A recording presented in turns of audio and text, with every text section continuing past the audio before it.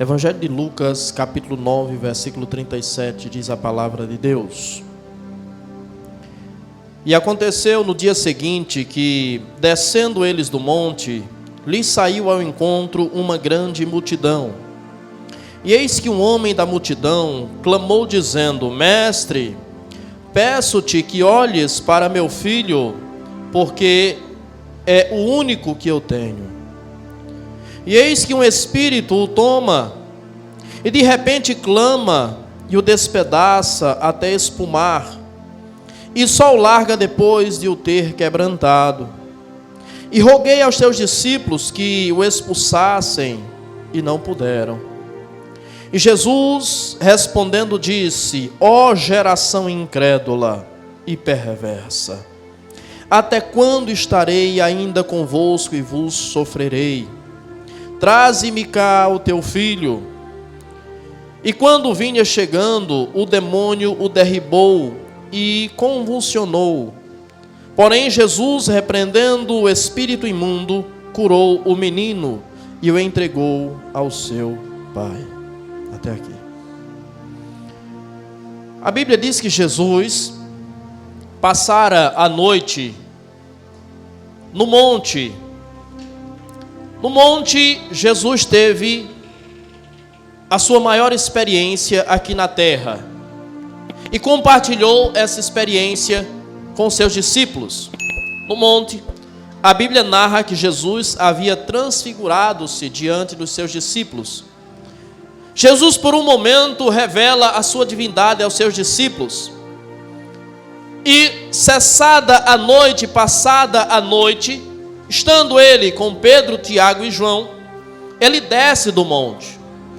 E quando Jesus desce do monte, uma cena que era comum a Jesus se repete. A Bíblia diz que uma multidão vai até Jesus. E quando a Bíblia diz que uma multidão vai até Jesus, de fato essa é uma cena que se repete muitas vezes no texto bíblico e na narrativa bíblica, pois as multidões afluíam a Jesus, em especial após ouvirem falar dos milagres que ele estava fazendo, após ouvirem falar dos seus discursos, após ouvirem falar da sua mensagem, quão impactante era, após ouvir falar dos sinais e prodígios que ele estava realizando. E quem compõe essa multidão?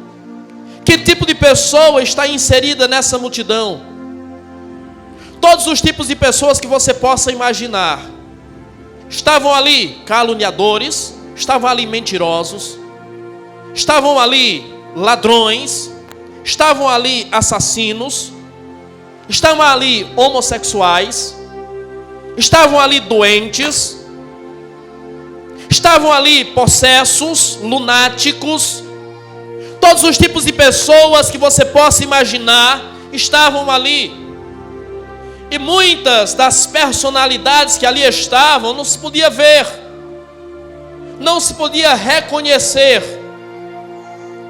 Esse cenário, esse evento representa perfeitamente o que muitas vezes acontece na igreja. Na igreja também temos vários tipos de pessoas, várias personalidades, várias mentalidades e várias necessidades. E aquelas pessoas vão até Jesus porque elas têm algo em comum. Elas têm uma necessidade. Todos vocês vieram ao culto nessa noite porque vocês têm algo em comum. Vocês têm uma necessidade. Cada um em especial.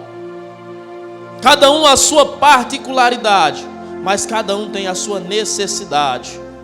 E a maior necessidade que se tem, e uma necessidade que é comum a todos vocês, a todos nós na realidade, que muitas vezes não é reconhecida por nós, mas é uma necessidade comum a todos nós, é a necessidade pela sua presença, é a necessidade pela sua palavra, é a necessidade de sentir-se na presença dEle, é a necessidade de saber que Ele está no ambiente, é a necessidade de saber que Ele dá atenção àqueles que vão até Ele. Todos os tipos de pessoas que você possa imaginar estavam ali, e aquelas pessoas queriam chegar perto de Jesus. Aquelas pessoas queriam uma oportunidade com Jesus. Aquelas pessoas queriam a atenção de Jesus. Aquelas pessoas queriam serem ouvidas. Aquelas pessoas queriam ser atendidas por Jesus. Mas se Jesus estava ausente, por que aquelas pessoas foram até Jesus? Como é que essas pessoas sabiam que Jesus estava naquele lugar? Lembre-se que Jesus ele sobe o monte com apenas 3 dos seus apóstolos: Pedro, Tiago e João. Os demais apóstolos de Jesus ficaram entre a multidão. Os demais apóstolos de Jesus ficaram com o povo, enquanto aqueles 3 subiram com Jesus. Aqueles 3 subiram para algo especial, para uma revelação especial. Aqueles 3 foram contemplar algo que nem todos estavam prontos para contemplar, muito menos a multidão. Então há coisas que nem todos estão prontos para contemplar, há coisas que nem todos estão prontos para enxergar, há coisas que estão passando despercebidas diante dos olhos de muitas pessoas, e há coisas que muitos não estão preparados para receber. Jesus manifesta-se diante daqueles homens como sendo Deus, e isso ficou restrito apenas a eles. Os demais discípulos estavam com o povo. Por que que Jesus faz essa separação? E eu preciso dizer para você, Jesus não faz acepção de pessoas. Não foi Jesus que fez essa separação. Foram aquelas pessoas que se separaram. Se eles desfrutaram de momentos específicos e especiais com Jesus, é porque eles se colocaram nessa posição. Não foi Jesus que elevou eles a uma posição tal que lhes deu essa intimidade. Não foi Jesus que os colocou como prioridade. Foram eles que se colocaram nessa posição. Então eu já disse em outra ocasião aqui, vou repetir: na igreja nós escolhemos o lugar que nós vamos ocupar. Foram eles que escolheram essa posição de intimidade com Ele. E eu preciso dizer para você, a mesma posição de intimidade que eles escolheram ter com Jesus, você também pode escolher. A mesma intimidade que eles tiveram com Jesus, você também pode ter. A Bíblia Sagrada diz que João deitava no peito de Jesus. Você pode fazer isso também. E os outros, pastor? E os outros 9 apóstolos? São inúteis porque não estavam com Jesus? São inúteis porque não contemplaram a transfiguração de Jesus? Não! Enquanto eles estavam lá contemplando a glória de Deus, os outros apóstolos estavam aqui trabalhando. Então trabalhe, construa a sua posição, construa o seu caminho, edifique a sua vida, prepare a sua vida para que um dia você esteja lá contemplando a glória de Deus também. Por que que essa multidão foi até Jesus? Porque os demais apóstolos estavam lá, e eles foram conduzidos pelos apóstolos até Jesus. A multidão não sabia onde encontrar Jesus.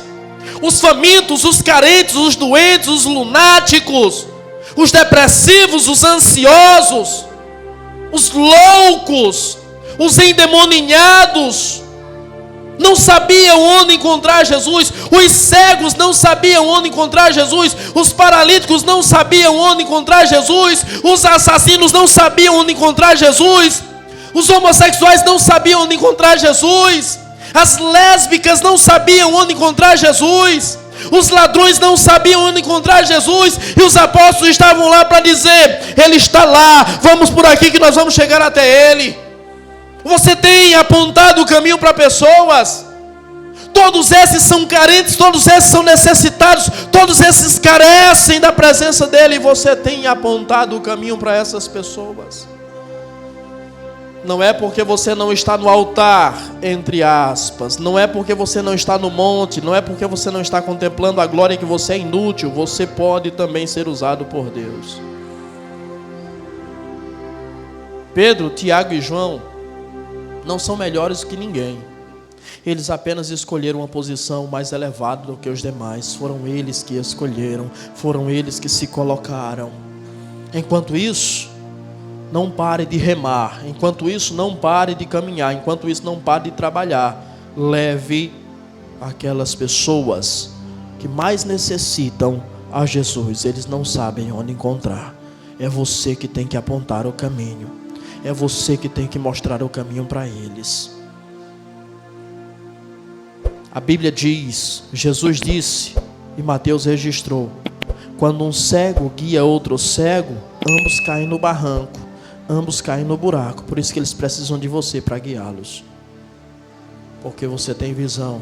Você tem visão espiritual. Você tem visão de águia. A multidão cerca Jesus. E enquanto a multidão cerca Jesus, alguém ali que se destaca entre a multidão. Perceba.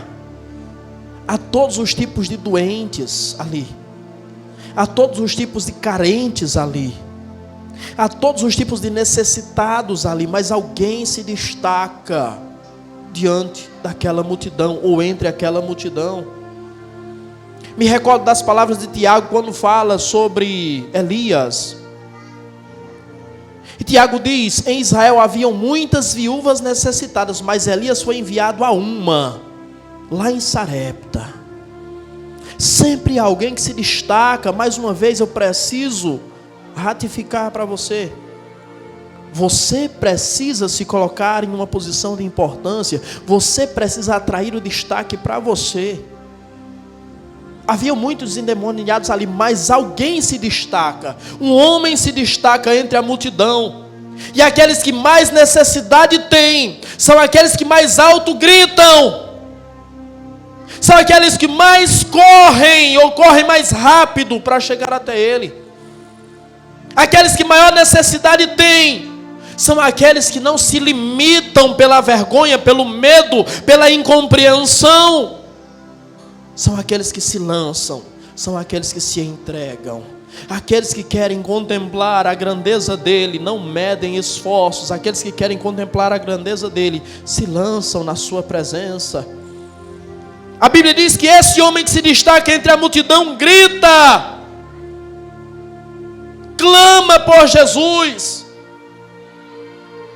E quando a Bíblia trata sobre esse homem, a Bíblia diz que esse homem, ele se prostra diante de Jesus. O texto original dá essa ideia de que esse homem se prostra como um mendigo diante de Jesus. Ele suplica a Jesus. Olha o grau de necessidade que esse homem está. Mas olha que na mesma proporção que esse homem está de necessidade, esse homem tem de humildade. Quem precisa não tem orgulho. Quem precisa se humilha. E quem se humilha é exaltado. E quem se humilhar será exaltado. Esse homem se humilha diante de Jesus. Esse homem se prostra diante de Jesus. E agora a multidão se ofusca. Agora todos os lunáticos perdem a importância. Agora todos os doentes perdem a importância. Todo mundo ali perde a importância. A atenção de Jesus está naquele homem. Atraia a atenção de Jesus para você. É você que tem que fazer isso. Atraia a atenção de Jesus para você. E quando esse homem se dirige a Jesus, humilhando-se perante ele, a Bíblia diz que ele grita, ele clama a Jesus pelo seu filho. Esse homem está destruído emocionalmente. Possivelmente, nós não temos informações sobre isso, mas se o texto cita apenas esse homem, é possível que aquele homem não tivesse mulher, ou seja, é possível que ele fosse viúvo. Sendo viúvo, ele tinha que cuidar do seu filho, ele tinha que educar o seu filho, ele tinha que suprir as necessidades do seu filho em todos os sentidos. O seu filho dependia inteiramente dele. Ele não tinha alguém para ajudá-lo a criar, a educar e a cuidar do seu filho. Aquele homem convivia dia a dia com o seu filho. Aquele homem tinha uma intimidade profunda com o seu filho, até porque a necessidade o obrigava, a realidade da vida lhe impunha isso. E a Bíblia diz que esse homem, ele tem que conviver com a situação do seu filho. E ele descreve para Jesus a situação do seu filho. A Bíblia diz que o seu filho era agitado pelo demônio, jogado no chão, convulsionava, babava, espumava pela boca, gritava, rangia os dentes. Muitas vezes era jogado pelo demônio na água, outras vezes era jogado pelo demônio no fogo. Eu não sei se você já teve a oportunidade de presenciar uma possessão demoníaca, de ver alguém possesso, e ver quão horrenda é a cena. E aquele homem tinha que conviver quase que diariamente com essa cena. E a questão não é só que a cena é horripilante. A questão era que era o seu filho. E olha a pitada de emoção que Lucas dá no texto. Lucas diz que esse homem diz: Senhor, este é o meu único filho. Olha quantas vezes esse homem teve que ficar observando o seu filho, muitas vezes deixando seus afazeres de lado. Quando o demônio jogava o seu filho na água, ele tinha que correr para tirar o seu filho, para que ele não morresse afogado. Quando o demônio lançava o seu filho no fogo, ele tinha que correr desesperado, arrancar o seu filho do fogo, apagar o fogo das suas vestes, cuidar dos ferimentos do seu filho. Imagina o desespero desse homem. Como está a emoção, as emoções desse homem? Esse homem está destruído emocionalmente. Esse homem, ele está apelando para absolutamente qualquer coisa. O desespero nos faz apelar para qualquer coisa. E no desespero nós apelamos para qualquer coisa e nos tornamos vítimas fáceis para charlatões, para enganadores, aumentando ainda mais o nosso sofrimento. E quantos charlatões, quantos enganadores nós temos? A quantos nós somos expostos? Eu posso dizer a você com segurança: Jesus não foi a primeira pessoa que aquele homem procurou. Muito provavelmente esse homem levou o seu filho à sinagoga. E o príncipe da sinagoga, quando vê o seu filho naquele estado, talvez tem medo, se assusta. Não está acostumado com aquele tipo de coisa. E olha aquela cena e não pode fazer nada. E o pai também se vê impotente e não pode fazer nada. Até que ele ouviu falar desse homem chamado Jesus. E ele ouviu falar que Jesus expulsava demônios. Então ele vai até Jesus. Você sabe como é que são as coisas, as notícias se espalham, ele sai se informando e perguntando onde Jesus está, e as pessoas vão indicando para ele. Até que ele chega onde há uma concentração de pessoas. E chegando naquela concentração de pessoas, ele pergunta onde Jesus está. Talvez ele nunca viu Jesus na vida. Ele não sabe quem é, ele precisa que alguém aponte Jesus para ele. E aí chega a informação: Jesus não está. Mais uma caminhada frustrada. Ele foi para ver Jesus, mas Jesus não estava. Deixa eu dizer uma coisa para você.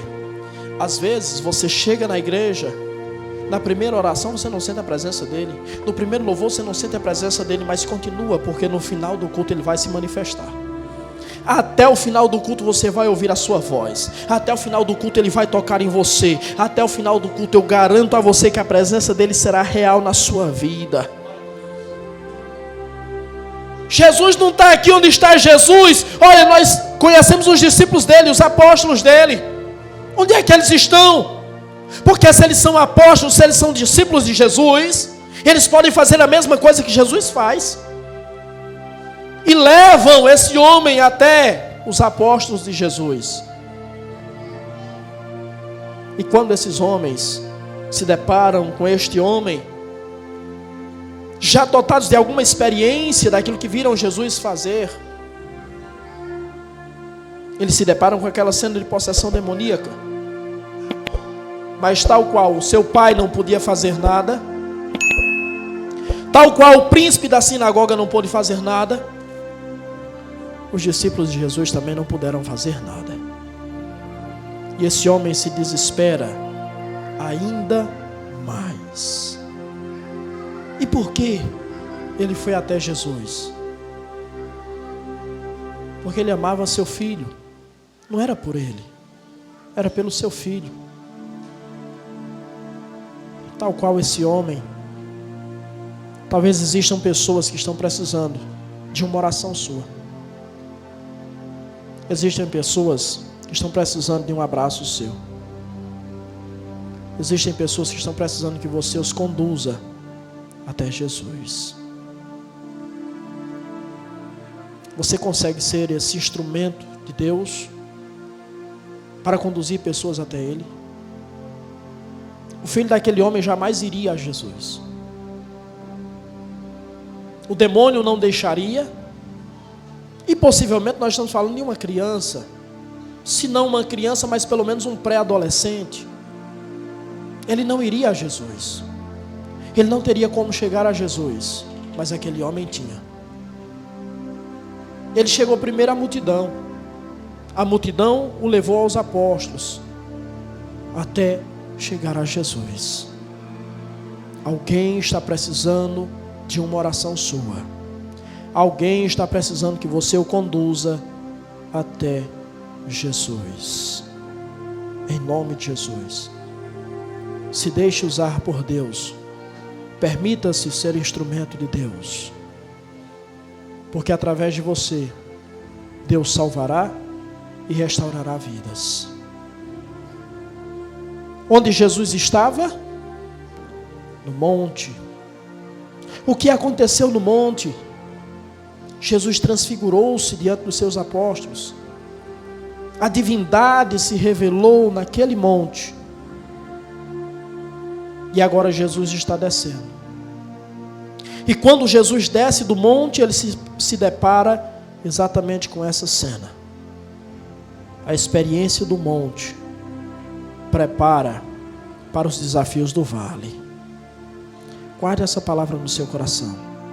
As experiências do monte preparam você para os desafios do vale.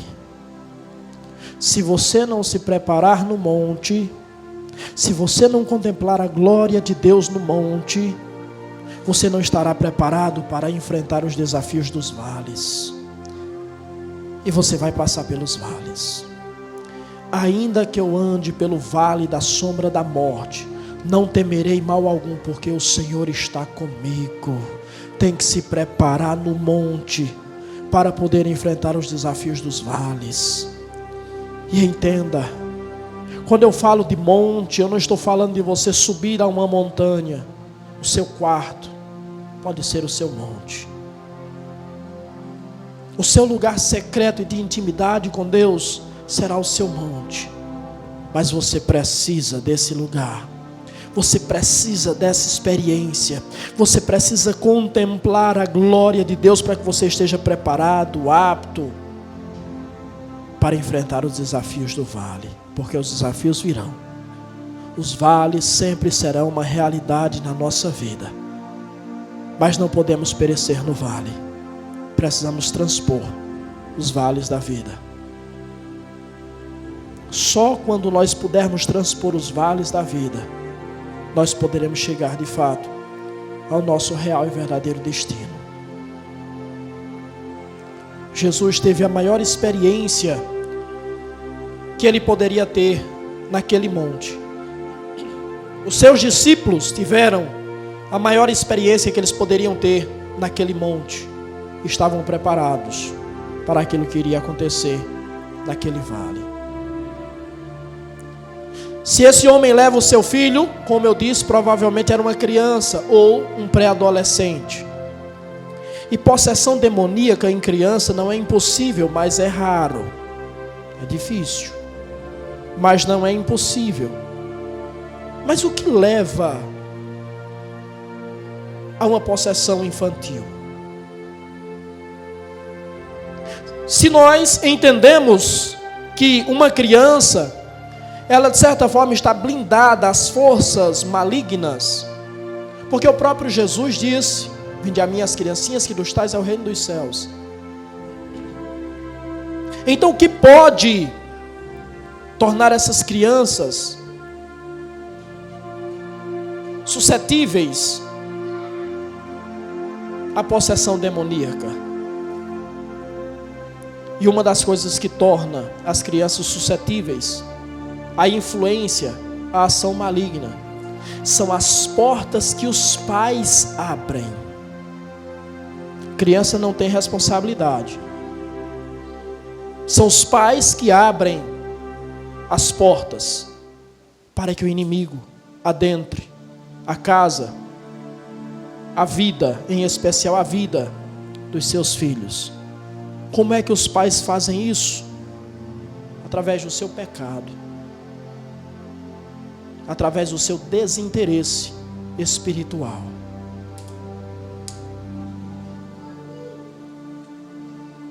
Nós muitas vezes achamos que as coisas são irrelevantes.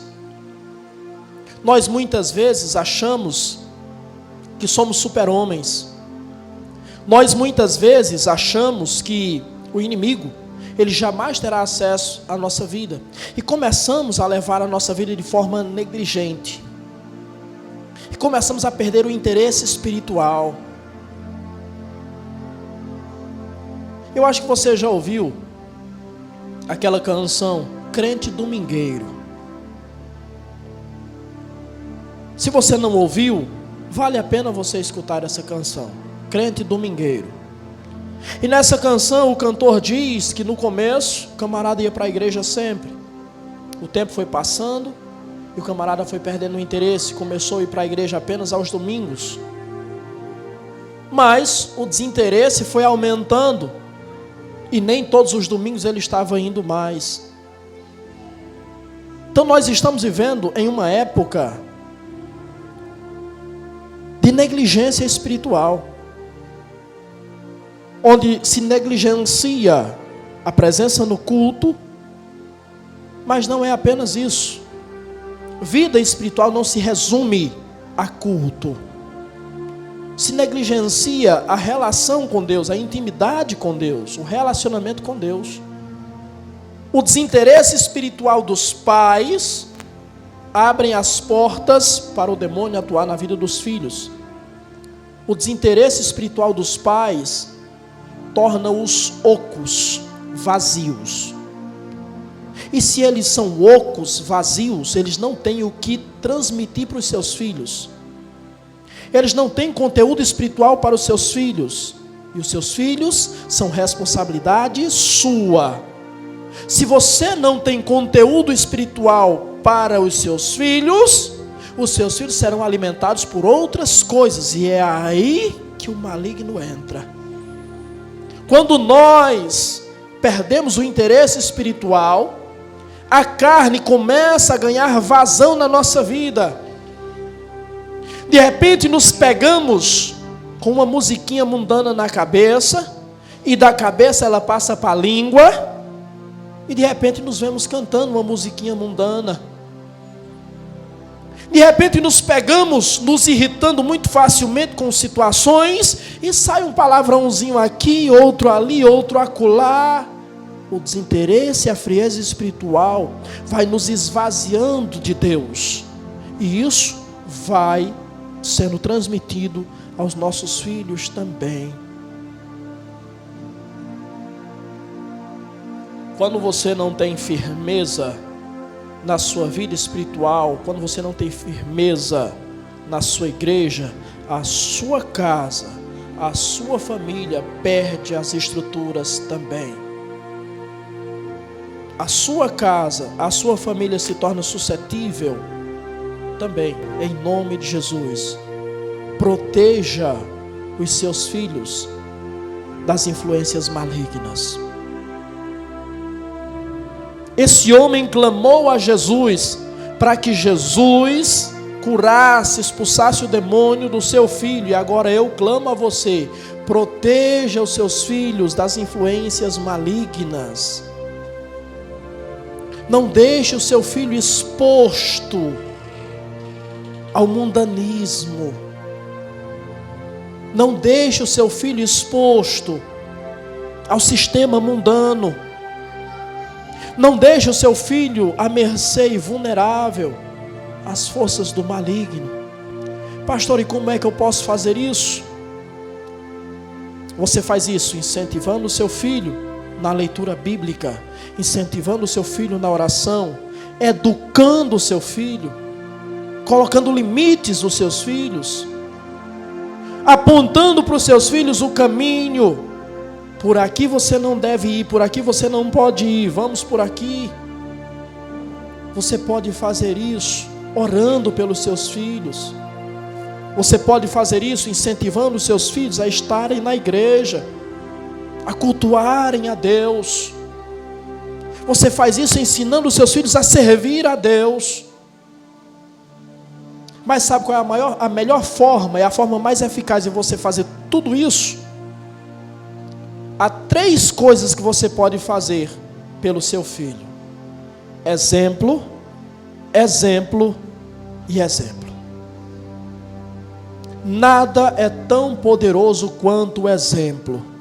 O seu filho talvez não guarde muitas coisas daquilo que você fala, daquilo que você ensina, mas com absoluta certeza ele imitará a sua conduta.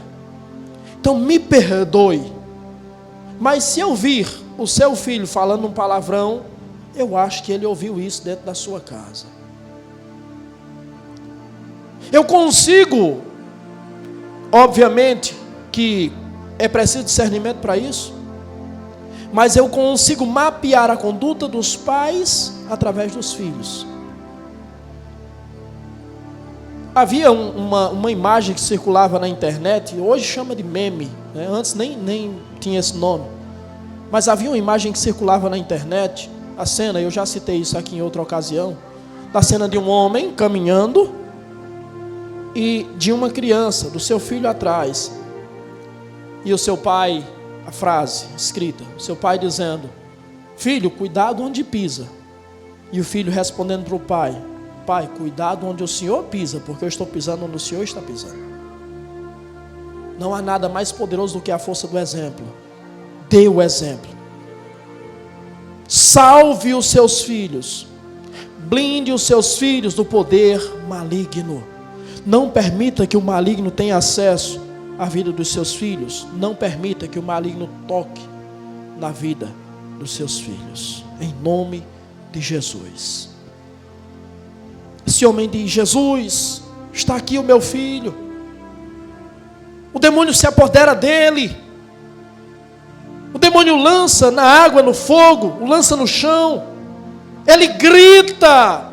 Olha quanta criança agitada tem hoje. Por que será que as crianças são tão agitadas como são? Será que não é a exposição exagerada a coisas que não edificam? Será que não é da criança estar o dia inteiro aqui na tela do celular? Será que não é isso?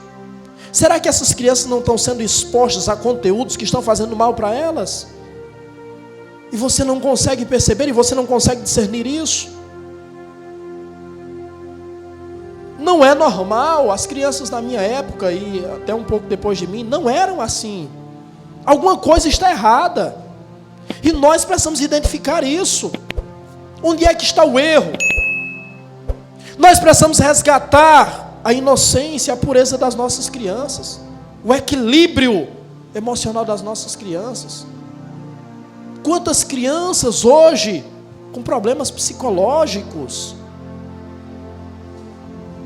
Isso não é normal. Não é possível que você ache isso normal. Antigamente não tinha isso. Mas hoje é a coisa mais comum do mundo. Todo mundo tem problema. É a ansiedade, é a doença do momento aí, que eu até me fugiu a memória. Vocês até brincam com as pessoas. Me fugiu. Autista. Você é autista. Toda criança agora é autista. Será que isso é normal? Não é. Alguma coisa está errada. Eu sei que tem as questões biológicas também, mas não pode ser só isso, não. Nós precisamos preservar os nossos filhos. Nós precisamos fechar as portas para os nossos filhos não serem suscetíveis às forças malignas, às forças demoníacas. Jesus, essa é a situação do meu filho. E o diabo só lhe deixa quando o quebranta. Ou seja, o diabo lançava ele por terra, ele gritava, ele se esperneava, ele convulsionava, ele babava, espumava. Quando ele estava totalmente humilhado, destruído, aí o demônio se afastava dele. Apenas depois disso, o demônio se afastava dele. E é curioso que a palavra que aparece no texto original, que foi traduzida como quebrantado, é a palavra síntribo. E a palavra síntribo, no grego, ela traz a ideia de quebrar, traz a ideia de pisar, traz a ideia de partir em pedaços, traz a ideia de destruir. Então ele está dizendo, o diabo só se afasta dele quando pisa, quando humilha, quando o quebra, quando o parte em pedaços.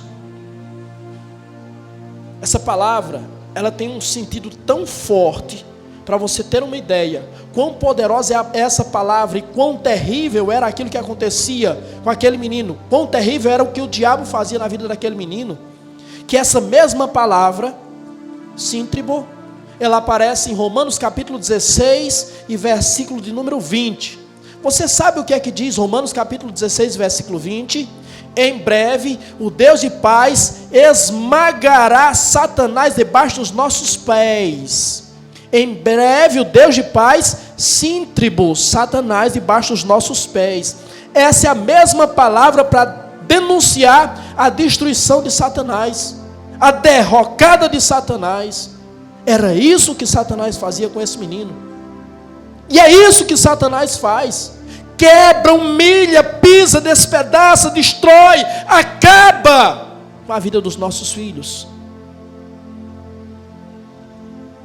Eu sei que muitas coisas que acontecem na vida dos nossos filhos, em especial quando estão chegando na pré-adolescência e adolescência, não dependem de nós. Por isso, há uma fase, até os 7 anos, que a criança está suscetível a aprender muitas coisas. Depois disso, muitas coisas não serão mais colocadas aqui. Por isso que eu insisto tanto com vocês. Cuidem dos seus filhos, eduquem os seus filhos, não criem os seus filhos como inconsequentes. Se fez alguma coisa errada, não fale para você espancar seu filho, mas corrija para mostrar para ele que aquilo está errado, que as coisas erradas que se fazem trazem consequência, porque se você não fizer isso agora, até os 7 anos, depois disso, essa criança vai crescer inconsequente, essa criança não vai medir limites. Não dê ao seu filho tudo o que ele quer, porque essa criança vai crescer achando que o mundo deve a ele tudo, que ele tem que ter tudo o que ele quer, e não é assim. Sabe qual é o maior erro dos pais? Eu vou fazer pelo meu filho aquilo que meus pais não puderam fazer por mim. Isso é um erro. Talvez você é o que você é, e eu falo de caráter, não falo de posses, exatamente por causa disso. Nós precisamos ser criados com limites. E há um prazo para você fazer isso. Se você perder esse prazo, você perde a mão. Então cuide dos seus filhos, essa responsabilidade é sua. E se você não corrigir, o mundo vai. E isso não é o pior. O pior não é o mundo corrigir. Se você não ensinar, o mundo vai. Mas isso não é o pior. Sabe o que é que vai ser pior? É porque naquele dia, Deus lançará Satanás no lago que arde com fogo e enxofre. Mas sabe quem vai junto com Satanás para lá? Eu acho que eu não preciso dizer. Você está criando filho para ir para o inferno? Você está criando filho? Você teve filho para mandá-lo para o inferno? Mais uma vez, eu digo, em especial quando está chegando na pré-adolescência e adolescência, muitas coisas que não dependem mais de você, mas você tem que fazer a base. Porque se você implementa princípios nele enquanto há tempo, é o que diz Provérbios 20, versículo 6. Ensina ao teu filho o caminho que deve andar, e quando crescer não se desviará dele. Ensina enquanto você pode, enquanto ele está apto para aprender. Se não, depois não tem jeito. Se nem tudo depende de você, a maior parte, a grande porcentagem, sim, depende de você. Quem é responsável pelo seu filho é você. Quem é responsável pela educação e criação do seu filho é você. Depois, se você vir seu filho na Cracolândia, a culpa não é dos outros. Faltou um pouquinho da sua atuação, faltou um pouquinho de você ali. Se você vir o seu filho na criminalidade, não porque foram as influências, você deixou ele suscetível a isso. Você deixou ele vulnerável a isso. Você não apontou o caminho. Você deixou ele apenas no meio da multidão. Vai lá. Você não cumpriu o seu papel. Depois, não adianta reclamar. Talvez esse homem não tenha cumprido o seu papel, e talvez não porque ele não quisesse, talvez porque ele não pôde, porque ele não deu conta. Se é fato que ele era viúvo, talvez foi muito para ele. Mas você tem meios e você tem condições para educar o seu filho e fechar as portas para que o diabo não tenha acesso a ele. Se não, essa mesma palavra, síntribo, será usada contra seu filho no futuro pelo diabo. O diabo pisará, esmagará, humilhará, quebrará, destruirá o seu filho. Você não criou filho para ser humilhado pelo diabo. Você está criando um filho para que se cumpra, sim, Romanos 16, 20 na vida dele, para que Deus esmague Satanás debaixo dos pés dele. É para isso que você está criando filho. Quando esse homem leva o seu filho para os discípulos de Jesus, os discípulos não expulsaram o demônio. Por que não expulsaram o demônio? Faltou a eles preparo. Faltou a eles capacitação. Quem sabe, faltou a eles poder. E eu preciso dizer para você, a nossa incapacidade, o nosso despreparo tem custado vidas. O nosso despreparo tem condenado pessoas.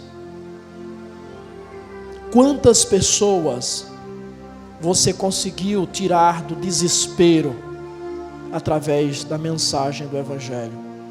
Quantas pessoas você conseguiu ajudar, eu não digo livrar, porque é uma doença, mas ajudar na sua depressão? Quantas pessoas? Quantos suicídios você já conseguiu evitar? Quantos? Eu acho que uma das piores dores que alguém pode carregar é ser procurado por alguém, conversar com alguém e orientar alguém, e em poucos dias saber que essa pessoa tirou a própria vida. Eu acho que isso é uma culpa que você não tem, mas você carrega porque você se sente incapaz. E eu preciso dizer para você, muitas vezes o nosso despreparo tem condenado pessoas.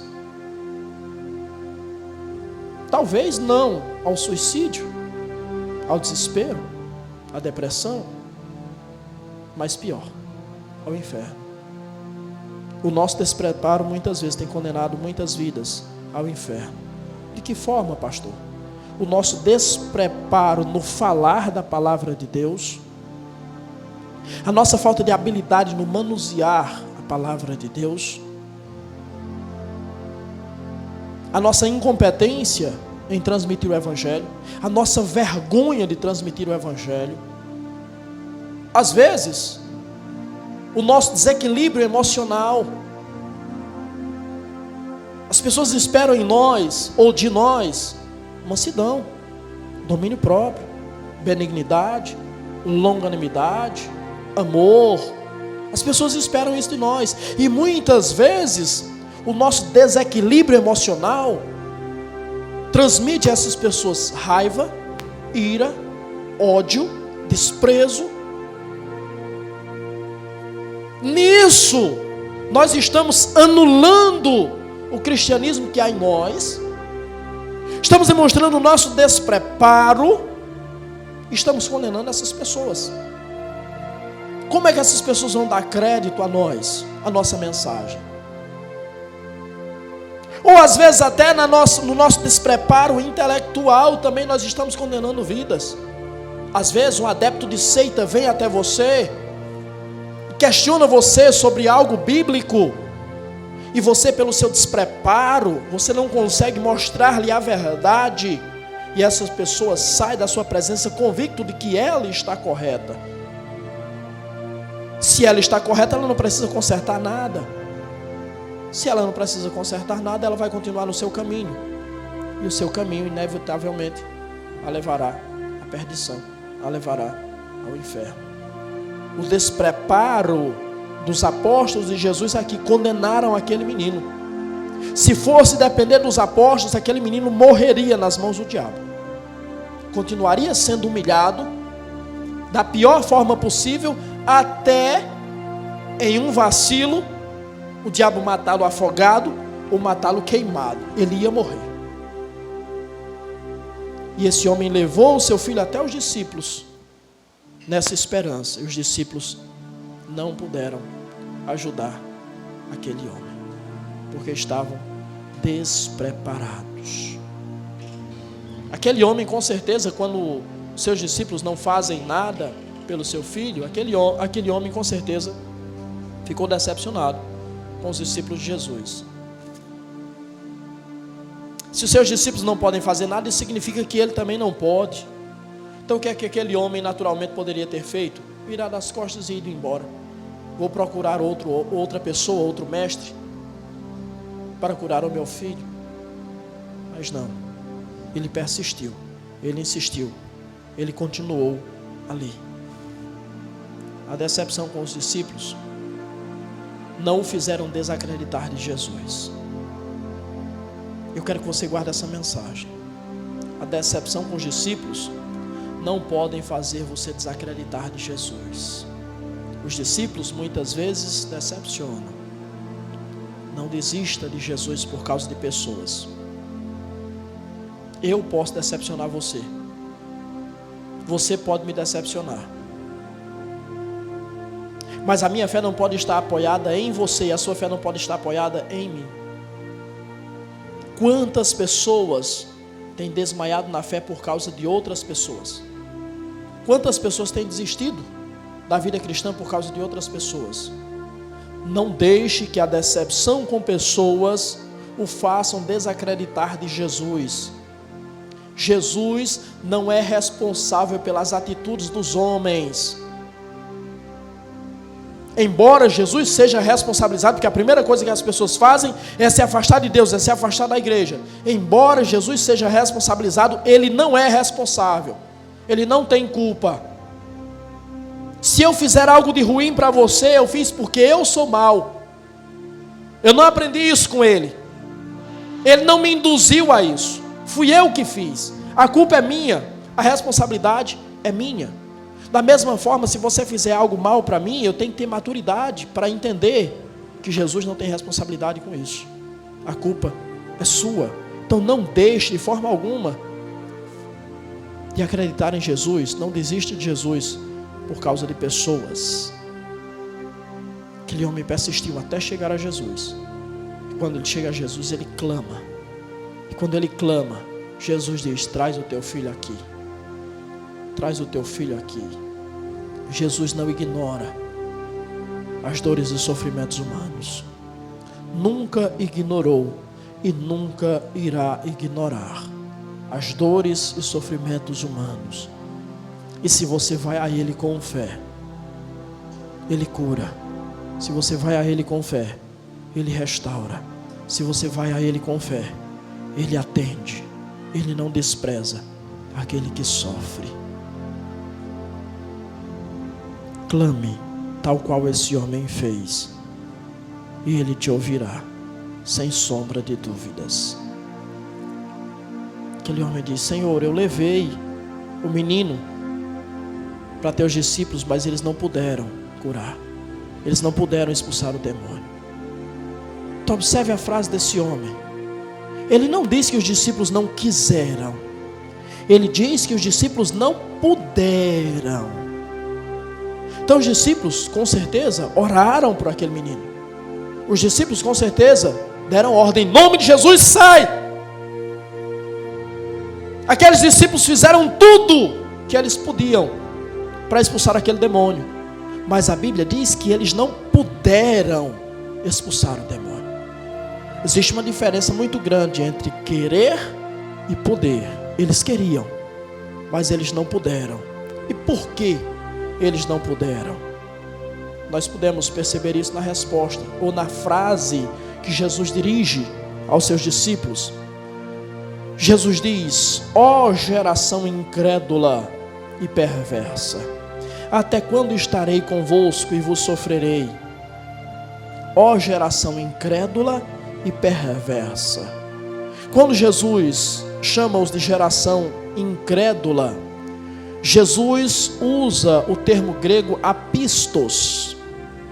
E o termo grego apistos tem vários significados, mas entre eles significa aquele que não tem fé cristã.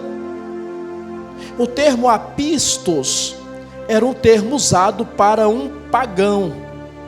Então o que é que Jesus está dizendo quando chama eles de geração incrédula, de geração de incrédulos?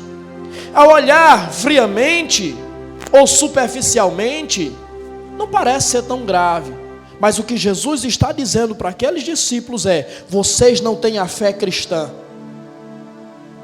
O que Jesus está dizendo para aqueles discípulos é: vocês são pagãos. Para os apóstolos, Jesus está dizendo isso. Lembrem-se que Pedro subiu no monte e viu Jesus transfigurado. Mas lembrem-se que após a ressurreição, Jesus disse para Pedro: quando te converteres, te levarão para um lugar que você não quer ir. Depois da ressurreição, Jesus disse para Pedro que Pedro ainda não era convertido. Então por que os discípulos não puderam? Não é que não quiseram, mas porque eles não puderam, porque eles não tinham a fé cristã. E a fé cristã aqui não é a fé, a crença de que se pode expulsar demônio. A fé aqui, no sentido em que está sendo aplicada ao texto, não é a fé de que eu peço algo a Deus e vou receber esse algo que eu pedi de Deus. A fé cristã é a convicção, é a conversão cristã. Se o mesmo termo é usado para identificar um pagão, Jesus está dizendo: vocês ainda são pagãos, por isso vocês não puderam. Satanás não milita contra Satanás. Então, quando percebemos a nossa impotência perante as forças malignas, devemos analisar a nós mesmos. Devemos analisar a nossa conduta. Devemos analisar o nosso caráter. Devemos analisar a nossa fé cristã. Devemos analisar a nossa cristandade. Talvez esteja faltando alguma coisa em nós. E por isso que nós não podemos fazer muitas coisas. Não é que não queremos, mas não podemos fazer muitas coisas. Mas Jesus chama eles de geração perversa também. E a palavra perversa aqui é o termo grego diastrefo. E o termo diastrefo significa desencaminhar. Significa opor-se. Então, o termo, ele dá a ideia de que esses discípulos estavam desencaminhados e desencaminhando. Dá o sentido de que eles estavam se opondo à obra salvífica de Deus. Lembram-se de quando Jesus disse para Pedro que ele seria entregue nas mãos dos pecadores, e os pecadores o matariam, e a Bíblia diz que Jesus foi repreendido por Pedro, e Pedro disse para Jesus: não permita que te façam isso. A célebre cena onde Jesus diz: para trás de mim, Satanás, porque não cogita das coisas de Deus, mas sim das dos homens. Pedro estava se opondo à obra salvífica de Cristo. Sem morte redentora na cruz não há perdão. Se não há perdão, não há salvação. Então esses discípulos aqui, o termo que Jesus usa para eles é para dar a ideia de que eles estavam desencaminhados e desencaminhando as pessoas. Isso aqui é muito forte. Isso aqui é muito profundo. Porque há muitos ainda hoje que estão desencaminhados e estão desencaminhando pessoas. Então cuidado com as pessoas que você escuta. Cuidado com os conselhos que te dão. Será que esses conselhos são para te aproximar de Deus? Será que esses conselhos são para te aproximar da comunhão da igreja ou para te afastar? É isso aqui, perversos. É o que Jesus está falando. E essa palavra significa também opor-se à obra salvífica de Cristo. Então quem te incentiva a se afastar da comunhão da igreja, quem te incentiva a se afastar de Deus, e obviamente ninguém vai dizer literalmente, claramente, diretamente, se afaste de Deus. A forma de se afastar de Deus é se afastar da igreja. Quem semeia a contenda, quem quebra o elo, quem quebra a comunhão entre a igreja, está se opondo à obra salvífica de Cristo. Você que segue esses conselhos, você que segue essas pessoas, está perdendo a sua salvação. Está se desencaminhando e perdendo a sua salvação. Era isso que os discípulos estavam fazendo. E quando lemos de forma superficial, não percebemos a profundidade daquilo que Jesus está dizendo. Mas essa é uma repreensão seríssima à sua igreja. E essa repreensão é atual. Essa repreensão perdura até hoje, porque muitos estão se portando da mesma forma. Os apóstolos estão lá, aparência de santos, portadores do evangelho, portadores da verdade, mas a conduta negava a eficácia da graça que os salvou. Pedro fala sobre isso na sua carta. A conduta deles negava a eficácia da graça que os salvou. Você não conhece uma pessoa pelo que ela fala, você conhece uma pessoa pelo que ela faz. Você conhece uma pessoa pelo exemplo. Volto ao início da pregação. Pelo exemplo. Então, em nome de Jesus, tal qual aquele homem que persistiu, que foi até o fim, não deixe que a dor, o sofrimento, as dificuldades, as decepções te façam parar até você ver a glória de Deus se manifestar. Se você não parar, você verá a glória de Deus se manifestar. Mas se a dor, as decepções, o sofrimento, as dificuldades te pararem, você não alcançará objetivo nenhum e você não verá a glória de Deus se manifestar. Olhe para esse homem, diante de toda a oposição possível e imaginável, até os apóstolos era uma barreira para ele. Ele venceu absolutamente todas e chegou até Jesus. Rompa tudo para contemplar a presença de Jesus. Vença tudo e você estará na presença dele. Foi essa palavra que Deus mandou para você.